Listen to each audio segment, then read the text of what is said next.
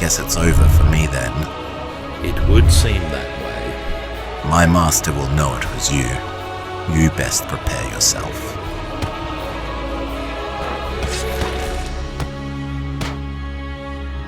I am afraid of no mere man.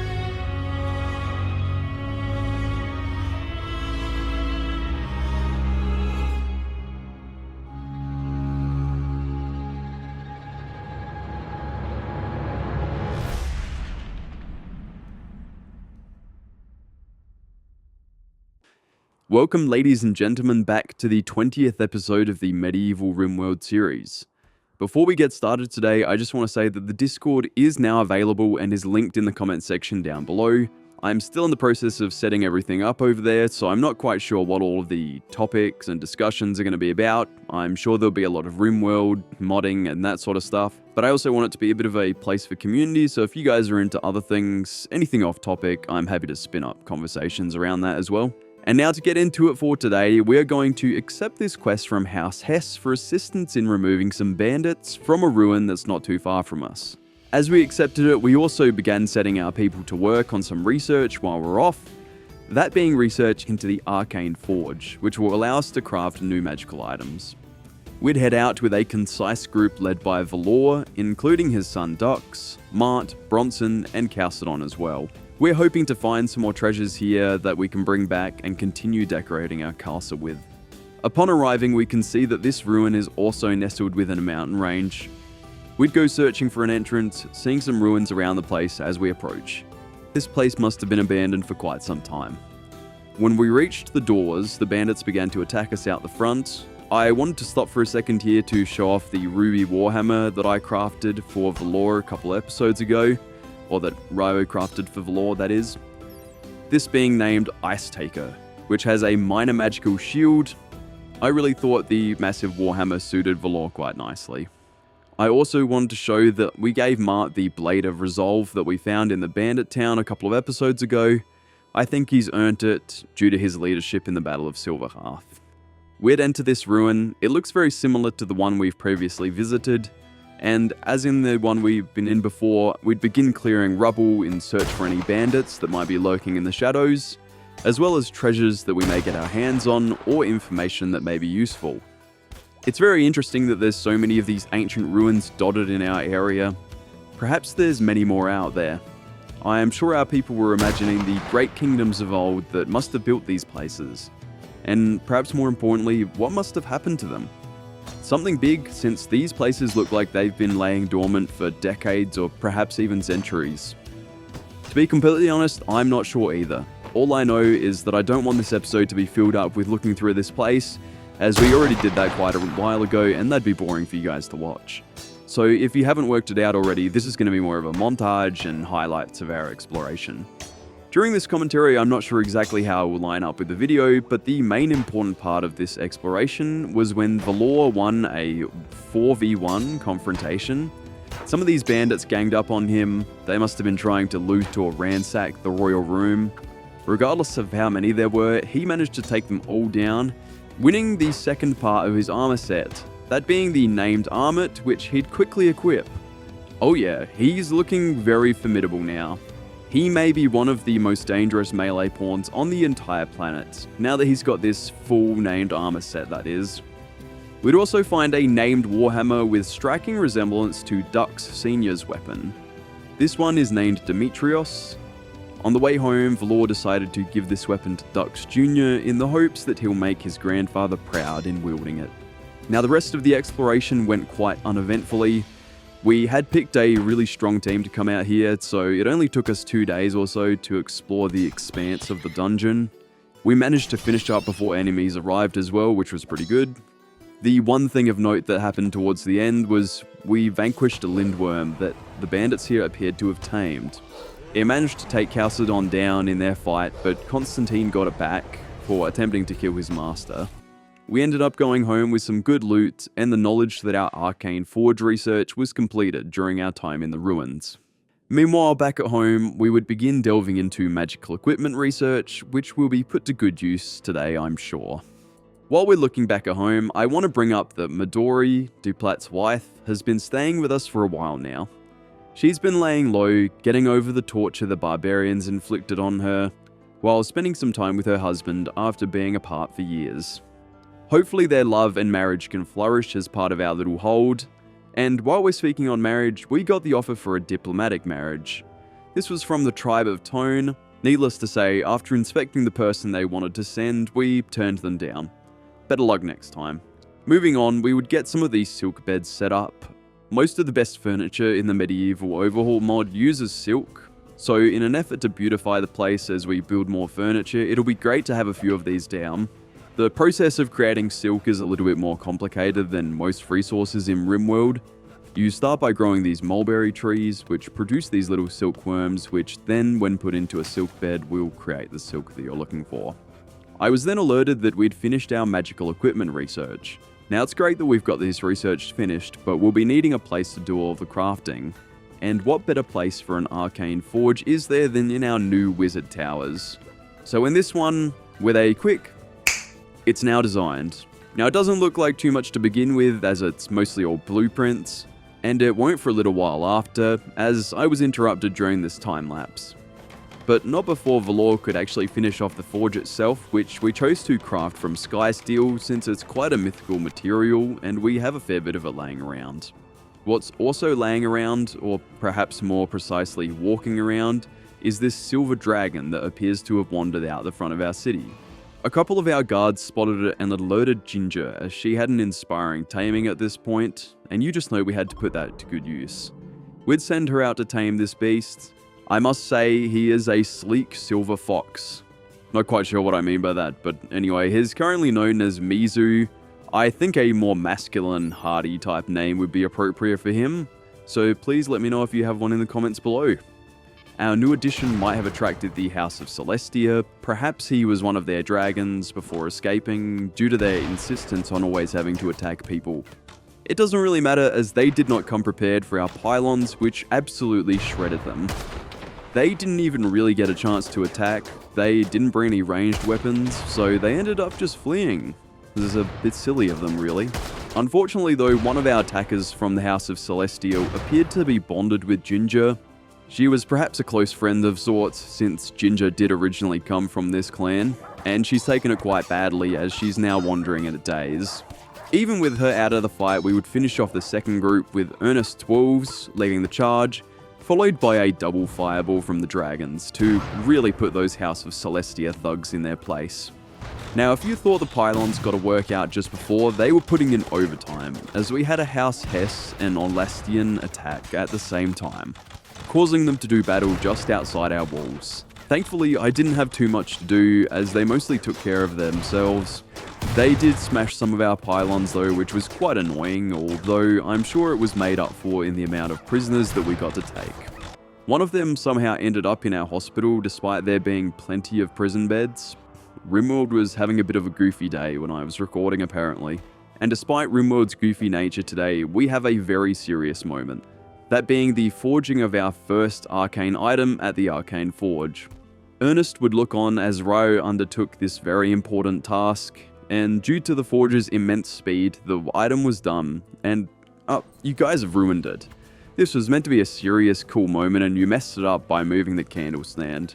And then you both had to eat meals. Come on guys, get it together. Anyway, we have this cool lightning wand that Ernest is going to be putting to the test. He'll be putting the Emerald Benevolence bow that we've given him away for a little while, at least while we test out this new weapon. Following our success at the forge, Ryo commissioned research into scribing, which will allow us to create magical scrolls that teach our pawns different skills. We would finish this up pretty quickly, just in time for young Xander to have his first growth moment. And oh my gosh guys, this one went so well. He got skills in social, medical and crafting to take after his father, and the gifted trait, which adds 4 to every single skill. This kid might be our best pawn yet. We'll get another great chance to improve our pawns here, as we have an arcane items trader from the Gallifra Order that we requested. Velen went out to greet them and begin trade talks, which obviously went exceptionally well, as they traded some gold and silver for an arcane priest's tome, which will probably have Velen use himself at some point, as he is our priest. We also got a lightning mage's tome and a few individual spell scrolls that Ryo will be using. I'm not going to tell you what they are just yet though. What I will tell you is about all of our people, as we will do another recap as we did in episode 10 of all of our characters. We're going to start with the lowest tier of people we have here, that being our town guards. Now going left to right, we have Vindor, who is a trained woodsman, Orlana and Serlo. Zeta stands in front of Vindor as he is married to Ginger, who we've recently set as the leader of our town guards. The animalisk that's wandering around is hers as well. She is a powerful psionic magic user. The next set we have include our two dedicated dragon riders, that being Chalcedon with his dragon Constantine, and Bryn, who is the oldest of our colonists at 75, with her dragons Icemore and the whelp Marcassius, who is Icemore's son. At the front we have Velen, who's the Thromboian priest of our religion, while behind him is Ernest, who's our archmage. He is a level 54 shaman with many powerful abilities. Behind him stands Cryos, who recently lost her master Danders. After her master's death, she's grown close with Ernest, not quite bonded though. Moving on to our families, we have the recently reunited Duplat and wife Midori, who's still recovering a little from her 11 years in a barbarian prison, being held hostage. She's getting back to normal a little bit now at least. Next is the Chimaria family, headed by Martinia, with their daughter, who I'll give a proper name to this next episode, as I'm pre-recording a little. All of the characters you've seen so far, except for maybe the town guards, are our noble individuals and families within our kingdom. And then, of course, within the hold itself, we have the upper tier, which we're getting to now. Starting with Edmund, who we saved as a young child. Now as an adult, he's second to only Valor as Ryo's most trusted right-hand men. We then have the Carlson and Ibarra families, which are a little bit mixed due to divorce.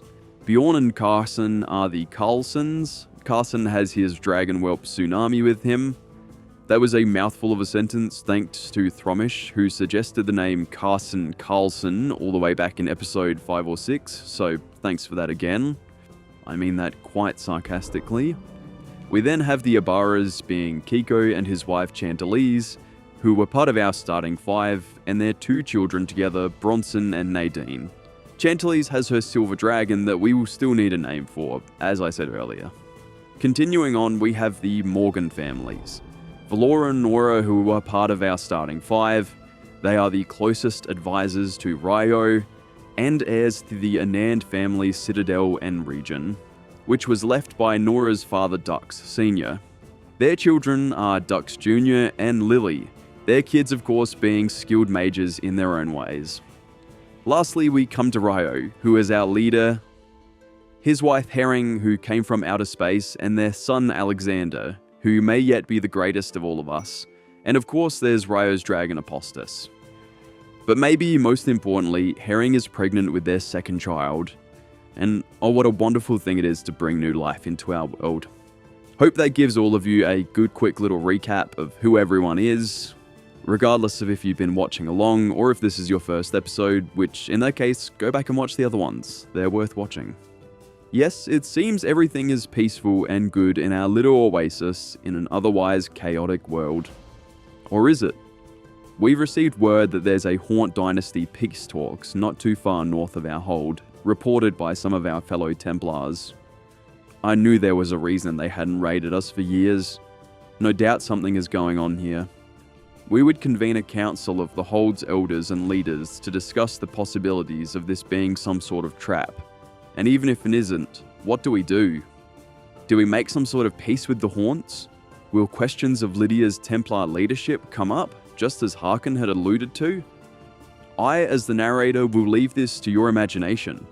Although the outcome was certain, Ryo would lead a group of Nora, Kiko, Chalcedon, Edmund and Ernest to find out, mixing our diplomatic pawns with some of our most powerful, while leaving every child with at least one parent, should the worst possible case occur. This small group would set off shortly after.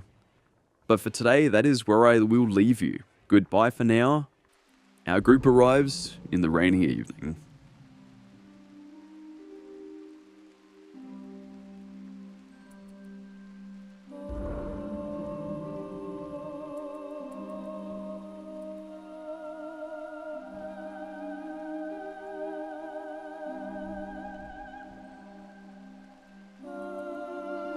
Welcome, all of you, especially my honoured guests, Ryo Morgan and heir of the Anand family estate, Nora Morgan. I imagine you all expect me to give harsh terms for a surrender. You think I want to take control of this little section of the world you've carved for yourselves. You're wrong. You're not the real threat to peace, nor am I. The history you've been taught is wrong. King Hadrock Caldwell was not looking to defend your people from us. He was looking to covet them as resources. Yes, magical people is the commodity the Caldwells deal in.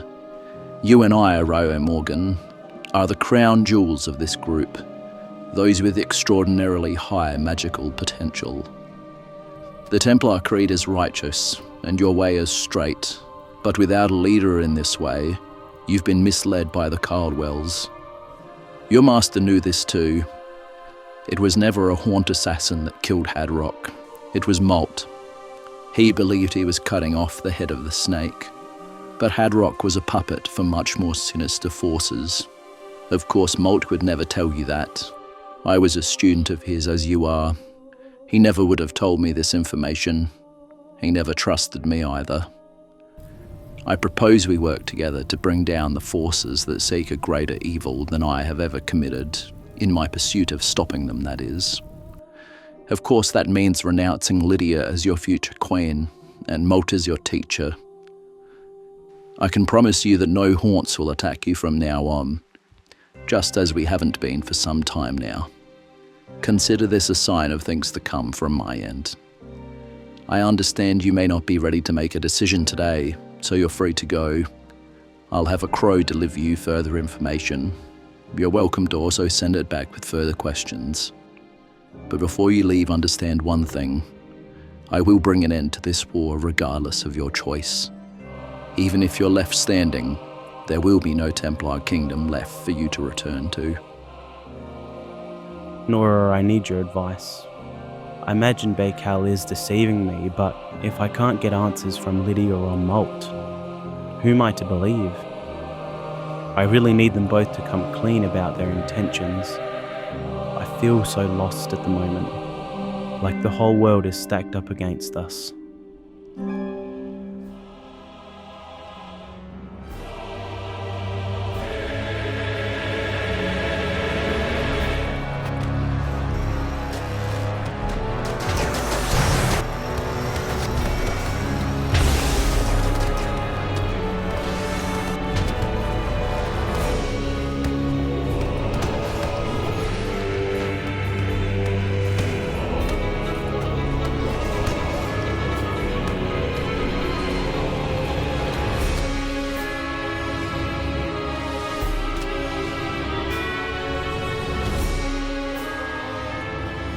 Ernest, Chalcedon, help the dragons.